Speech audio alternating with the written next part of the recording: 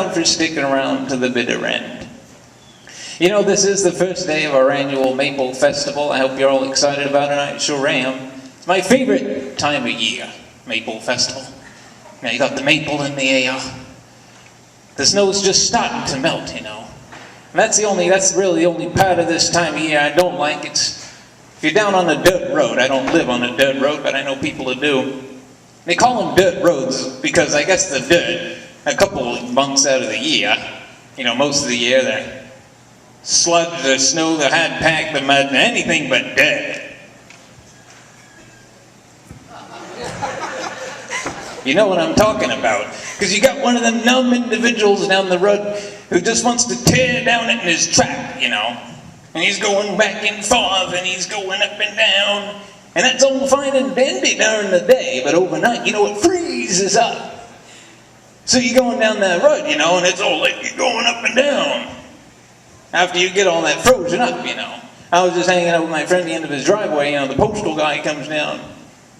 And he's blammering down the road, and he pulls over to deliver the mail, and I said, "Oh, God, how you doing on that road?" And he says, "Well, it's pretty tough, I tell you, but it's all right, as long as you don't get cross-threaded." And it might not seem like it, but it's only a couple of months till summer, you know, when the tourists are coming through here. People tend to think of Skowhegan as being on the edge of nowhere. Well, that's down if you're in North Boston, that is, at least. But, you know, we're about halfway between Quebec City and the city of Boston. I think that's right in the middle of things, you know. Downtown's at the confluence, Route 2 and 201. I like to hang out in the Chamber of Commerce. Me and Corey play chess on the old pork barrel. And there was a car of tourists drove up one day, looked for directions. They kind of lost. They come in, they say, "You know, we're a little lost. We're from New York State. We're not from around here." He says, "If I take this road out here, turn left, where am I going to end up?" I said, "Carrot Tongue." And I said, "Oh, okay, well, Well, what if I go a little further, turn left?" I said, "Millnocket." He said, "Well, where am I now?" "Skowhegan." And the guy just left and went back to his car. And the windows open so I could hear when he got in his car, and the wife said, "Well, where are we? Did you get any directions, hon?" He said, "Well, I'm worse off than when I went in. Fell inside, didn't speak a word of English."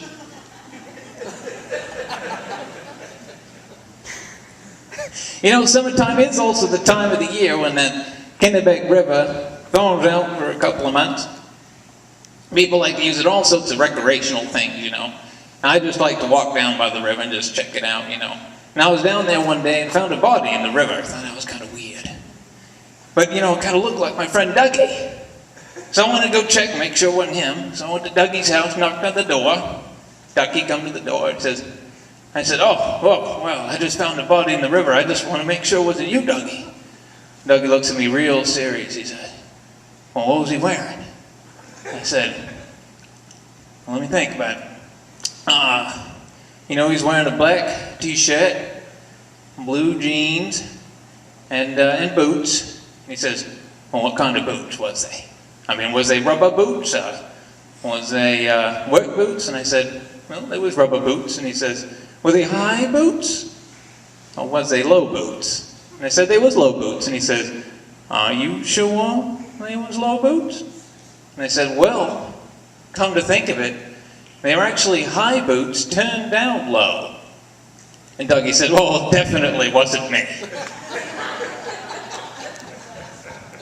And Dougie, the only person I know in this town, my girlfriend Bethany, she's a midwife, you know, and she attends to all sorts of births, and I get all kinds of stories, and I don't know if I want to share them here, you know, not exactly family friendly, all of them, even though they all involve families, but they're kind of weird. She was attending this one birth up to Bingham, and there's this fella living way off in the woods, you know, way off the grid. I mean, the grid's kind of out of the ballpark, if you know what I mean. I mean, there's just no electricity, no plumbing, nothing. You know, and she gets to the end, she already had a rapport with these two, you know, but she goes right into action, you know, because this mother's huffing and puffing, and she's ready to something to come out. You know, and she gets to work, and not too long, baby comes out, turns around, And the father, he's holding up that lamplight. She says, I want to thank you for having me here, and I want to present to you your first strapping baby boy. And that father's pretty proud, I suppose, but that mother's still making some noise. And she says, oh, boy, hold that lantern up high. I got to check on her. And well, she was still working, so Bethany goes right back to work, and she's still working on that mom, and that mother's still pushing, and well, another one comes out, and she says, oh boy, I want to be the first to congratulate you on being the father of 2 strapping baby boys. And then, but there's still some noises, and she turns around and says, hold that lantern high, sir, hold that lantern high. I think we've got another. She turns around, she goes back to work, turns around and says, sir, I want to be the first in my 15 years as a midwife to congratulate you on being the father of 3 strapping baby boys. He just puts down that lantern, turns it off. She says, well, what's the problem? I want to get a look at your boys. And he says, well, Bethany, I don't know. It's not the light that's drawing them, you think? She always clears up with these guys, because midwifery is not a free business. You gotta work for money, and so that couple, when they come back to pay, I don't know how much it costs to get a per baby born these days. You get 3 at once, I'm sure you get it for the price of 1, but that father paid up, and Bethany got the money, counted it all out, counted again. He says, what did you count the money again for? And she says, well, I guess it's all there, but just barely. Just barely. But then there's my nephew Hubert. How do I describe Hubert? He's a good boy. He's good with his hands. He's numb as a hank, but he's good with his hands, that boy. And I'm sure you all know people who don't know nothing. Well, Hubert don't suspect nothing. He's always playing them video games, he's inside all the time, here in the city.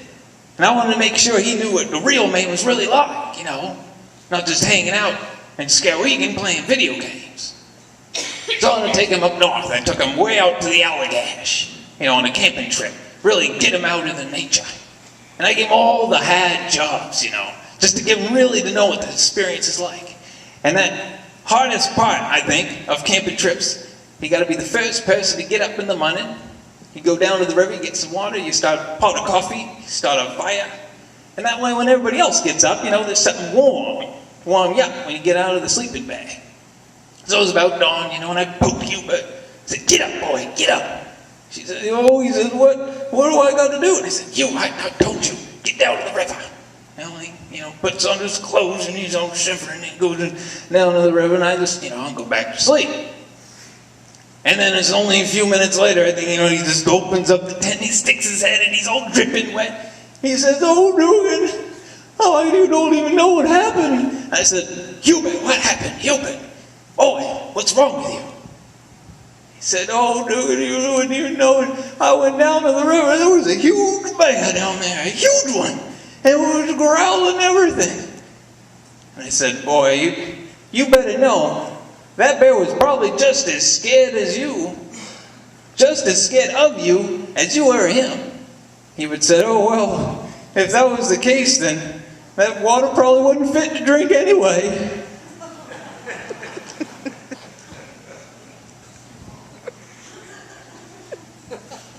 But Hubert's father, Barry, he's a computer guy, and, well, like anybody in Maine, he has more than one job, but this one gets him all around Maine all the time, and he takes these trips, and he'll be gone for a few days at a time, so I'll check in on his house and see how his family doing and everything, and, just make sure everything's all right. He was up on one of these week-long trips one time, and, first night he gets to Bangor and finishes his days of work and finds a motel and calls me up. He says, hey, did you stop by the house? I said, yes, I did. He said, well, Dugan, how's things up there? I said, Barry, I got to tell you, your cat died. And I know I was going to hit him. hard because he was really into that cat, you know. Oh, and Barry was really sad, but he was mad too. He says, Dugan, what did you do that to me for? And I said, I didn't do it, the cat just died. And he said, no, you just told me like that. You know, you got to let me down slow. And I said, well, what do you mean, Barry? And he says, well, I'm on a week-long trip here. You just ruined the whole thing. Night one, you might tell me, well, the cat's just up on the roof and he won't come down. You know, day one, I know there's a problem, but I don't necessarily think that it's the end of the world, you know. And then, you know, on maybe day two, call for Millinocket, and you tell me, well, the cat came down, but hit its head really hard, and it's in the vet. You know, now I know there's something wrong, but, you know, I still got some days to really process the situation. So, you know, the third day, I might call from Holton. And I call up, and you might tell me, well, I got to tell you, the cat's in a coma, and we're not sure if he's going to make it. And, you know, on that third day, I know that things are getting tough, but, you know, I'm still holding on to a little bit of hope. And then you call from the fourth day up in Fort Fairfield, and that's when you tell me, well, you know, the vet's given me about a slight chance. Been at his bedside for days. Not sure if the cat's going to make it. And see, now I know that the cat's probably going to go, but you've been letting me down for days, Dugan, and so this is how I can take it. You know, the next day you might tell me the cat died. I said, okay, well, Barry, I'm sorry. Thank you for telling me. So, you know, he hung up the phone and went to sleep, you know, and went to his day's business the next day. He calls me up from Holton, and he says, oh, Dugan, how's things at the house? And I said, well, Mary, your wife's up on the roof and she won't come down. Good night.